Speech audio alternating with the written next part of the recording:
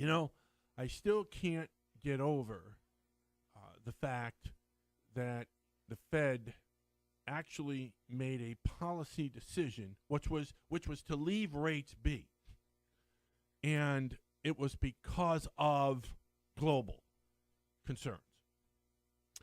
I wouldn't mind if they came out and said, we feel that the employment situation in the country, there's probably more slack out there than meets the eye, or we're not, and because of that, we're not concerned about price pressures.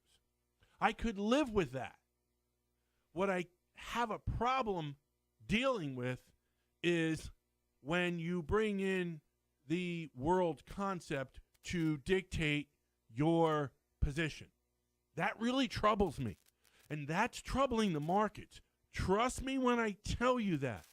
That is why the markets didn't go rip-roaring ahead when the rates were told that they're going to be on hold. Normally, you would see the stock market take off on that news because rates are going to be lower and there's still no competition for stocks.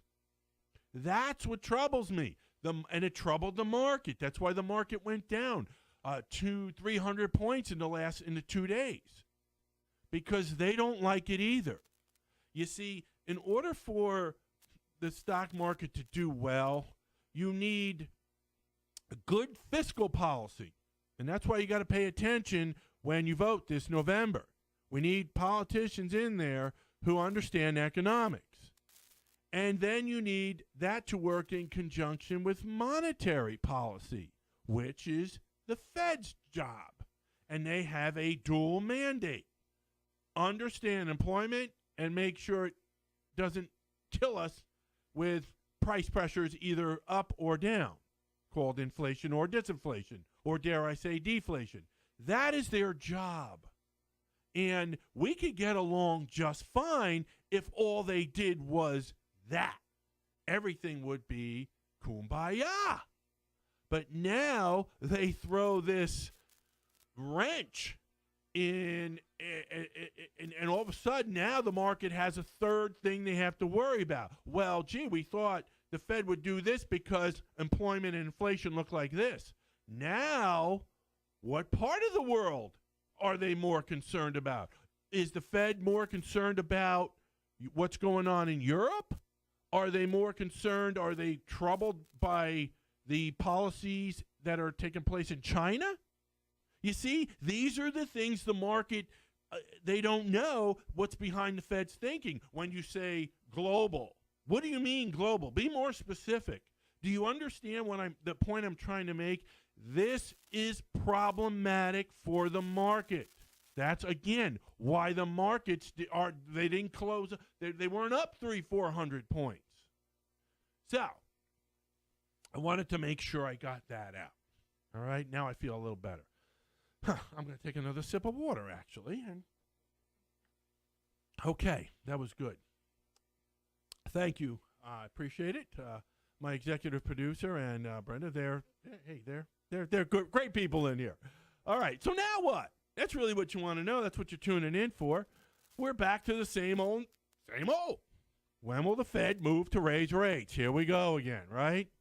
So I couldn't think of a better place to start as to what you should do than the Art of Investing Index.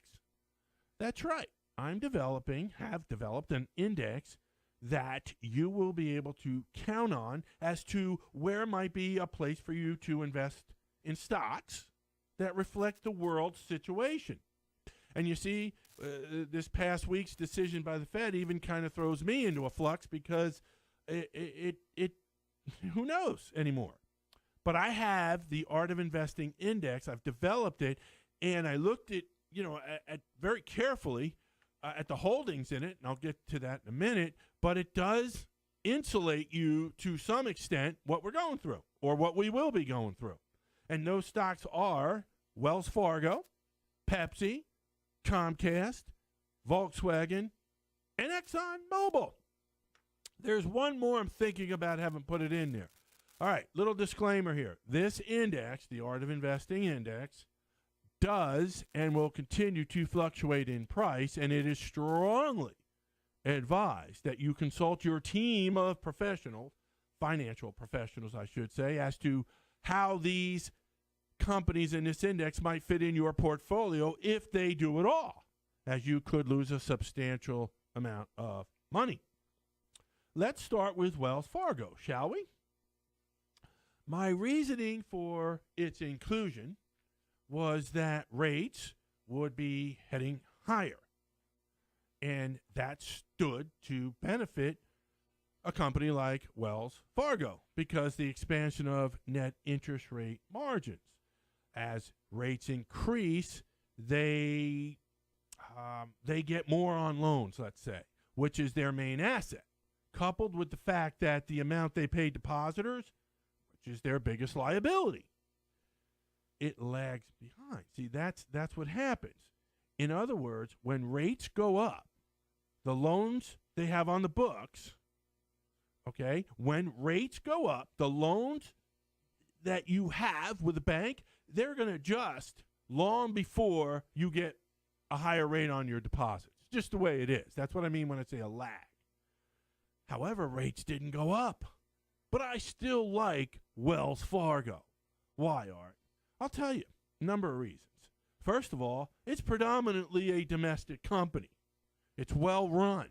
Mr. Stumpf is pushing all the right buttons with his acquisitions, and he's keeping a healthy mix in that loan portfolio. And that's their bread and butter. Rates will eventually rise. Okay, they're going up. It might not be in October, it might not be December, but sooner or later the Fed's going to figure out we need to start nudging them up. And when that happens, that $250 billion that Wells Fargo has sitting at the Fed, that will go from their yield of 1/4% to about a half of 1%. That's a double. That will definitely help earnings moving forward. But last, but certainly not least, don't forget that juicy dividend at 2.85%. Now, we picked up Wells Fargo back in October of 2014 at $50.60 a share, I believe, and it's pretty much given back all that gain. But you've had the dividends ranging in around the 3%. That's why you like stocks with dividends in this situation, because we were up. It was nice. The capital appreciation was there, but we got the dividend, and we're back to where we started. So not a bad time to start nibbling at Wells Fargo. I still like it, and I like it a lot. Then we own Pepsi. Pepsi was bought because of diversification, not only in product, but geographically. I am really excited at the prospect of penetration into the Indian market and those 1.2 billion people they have over there. And the head of the company is an Indian. So I can't help but to believe that she's going to get things rolling over there. There will be a tremendous play on the company. They also have the ability to raise prices that stick. I cannot emphasize enough the importance of this. When the world slows, like we're in right now, a slowdown, they make up for it by passing down higher prices. Are you going to stay away from that bag of fire nachos over an extra quarter? Of course not. I'm not. You're going to pony up the quarter. You're going to eat your nachos and enjoy them. Pepsi knows that. They're very, very smart there. And, oh, by the way, while you're chomping on those nachos, that nice dividend will feel pretty good. 2%? While you watch the company grow to boot. Pepsi, a great hold in the art of investing index. I love it. So far we have Wells Fargo, a bank, in an environment that I think rates are going to rise sooner or later. And until they do, we get a really nice dividend. So sit back, relax, and enjoy that one while you're sipping on your Pepsi, getting 3% dividends. And soon you won't be alone because a couple of billion people in Asia will join you. So that's a good hold. Both holds so far I love. I'm sticking with them. All right, I got to get going here. I got a couple more to go over. Comcast. I love Comcast.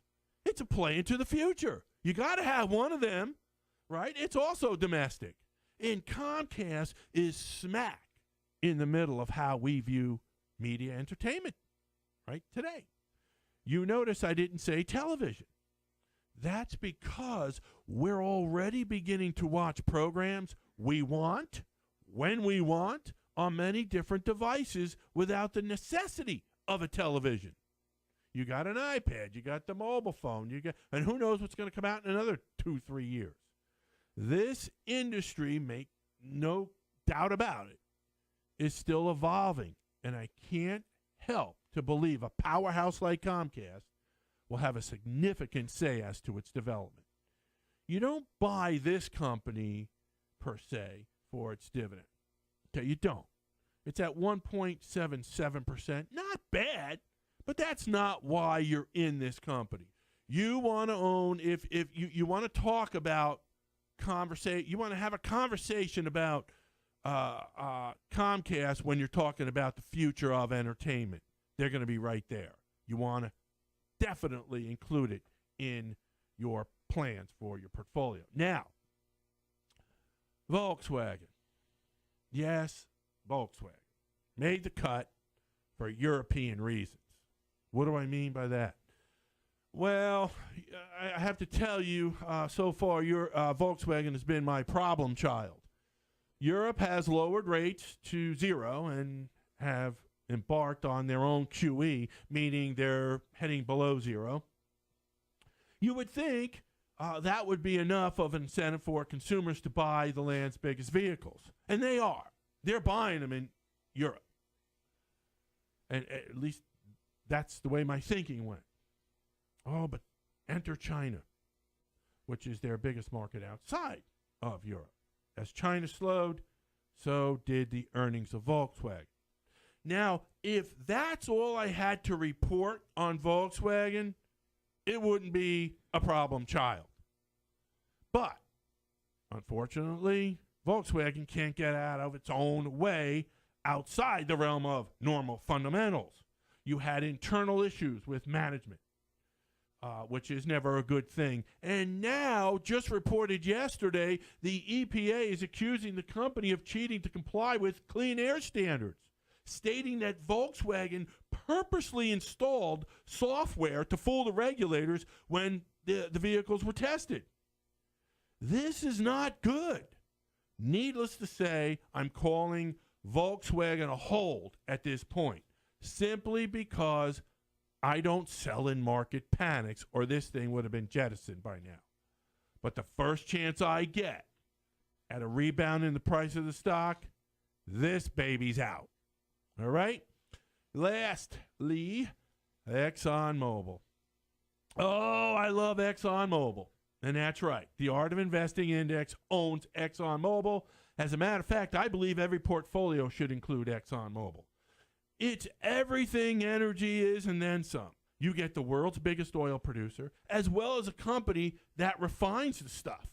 If you believe, like I do, that oil will be with us forever, and diesel and gas and all the other byproducts that come from oil will be as well with us forever, then look no further than ExxonMobil. And at current prices, a dividend of, better than 4% down here in the 70s. That's right, 4%. All right, that's a wrap.